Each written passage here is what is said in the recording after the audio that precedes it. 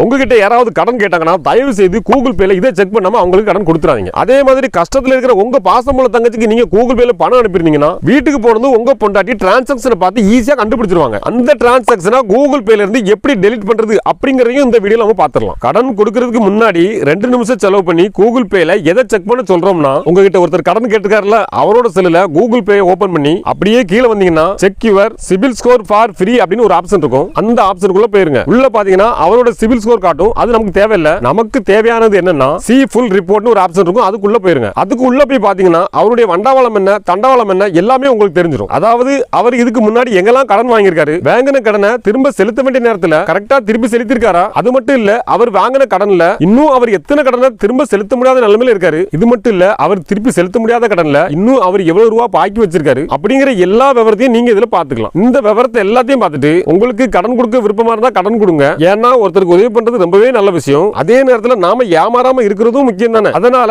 உங்ககிட்ட ஒருத்தர் அவசரத்துக்கு கடன் கேட்டாருன்னா தயவு செய்து 2 நிமிஷம் செலவு பண்ணி இதை செக் பண்ணாம கடன் கொடுக்காதீங்க. ஏன்னா கடன் வாங்குறவங்கள பாதி பேர் இந்த காலத்துல எப்படி இருக்காங்கன்னா, ஃபர்ஸ்ட் ஒருத்தர் கடன் வாங்குவாங்க, அந்த கடனை திருப்பி கொடுக்கிறதுக்கு இன்னொருத்தர் கடன் வாங்குவாங்க. இதே மாதிரி ஒருத்தர் வாங்கி இன்னொருத்தர் கொடுத்துட்டே தான் இருப்பாங்களே தவிர கடனை முழுசா முடிக்க மாட்டாங்க. இப்போ அடுத்ததா கூகுள் பேல இருக்கிற ஒரு குறிப்பிட்ட டிரான்சாக்ஷனை எப்படி டெலிட் பண்றது அப்படிங்கறத பாத்துடலாம். அதுக்கு ஃபர்ஸ்ட் உங்க கூகுள் பேக்குள்ள போயிருங்க. உள்ள கீழ அடியில வந்தீங்கன்னா சி டிரான்சாக்ஷன் ஹிஸ்டரி இருக்கும். அதை தொட்டுருங்க. இதுல நீங்க பண்ணின எல்லா டிரான்சாக்ஷனும் இருக்கும். அதுல நீங்க எந்த டிரான்சாக்ஷன் டெலீட் பண்ணணும்னு நினைக்கிறீங்களோ அது எத்தனை ரூபா, அது என்ன டிரான்சாக்ஷன் அப்படிங்கறத பார்த்து வச்சுக்கோங்க. இப்போ நாம இதுல கூகுள் பே போட்டுருக்கிற அந்த 149 ரூபா டிரான்சாக்ஷனை தான் டெலீட் பண்ண போறோம். அதுக்கு நாம என்ன பண்ணணும்னா கூகுள் பேவோட ஹோம் ஸ்கிரீன்ல மேல டாப்ல ரைட் சைடுல பாத்தீங்கன்னா உங்களுடைய ப்ரொஃபைல் போட்டோ இருக்கும். அதை தொட்டுருங்க. அதுக்குள்ள செட்டிங்ஸ் ஒரு ஆப்ஷன் இருக்கும். அதை தொட்டுருங்க. அதுக்குள்ள பிரைவசி அண்ட் செக்யூரிட்டி அப்படின்னு ஒரு ஆப்ஷன் இருக்கும். அதை தொட்டுருங்க. அதுக்குள்ள டேட்டா அண்ட் பர்சனலைசேஷன் அப்படின்னு ஒரு ஆப்ஷன் இருக்கும். அதை தொட்டுருங்க. அதுக்குள்ள இந்த மாதிரி சின்னதா கூகுள் அக்கவுண்ட் ஒரு ஆப்ஷன் இருக்கும். அதை தொட்டுருங்க. அதுக்கப்புறம் அந்த ஸ்கிரீன்ல அப்படியே கீழே வந்தீங்கன்னா வெரிஃபைன்னு ஒரு ஆப்ஷன் இருக்கும்.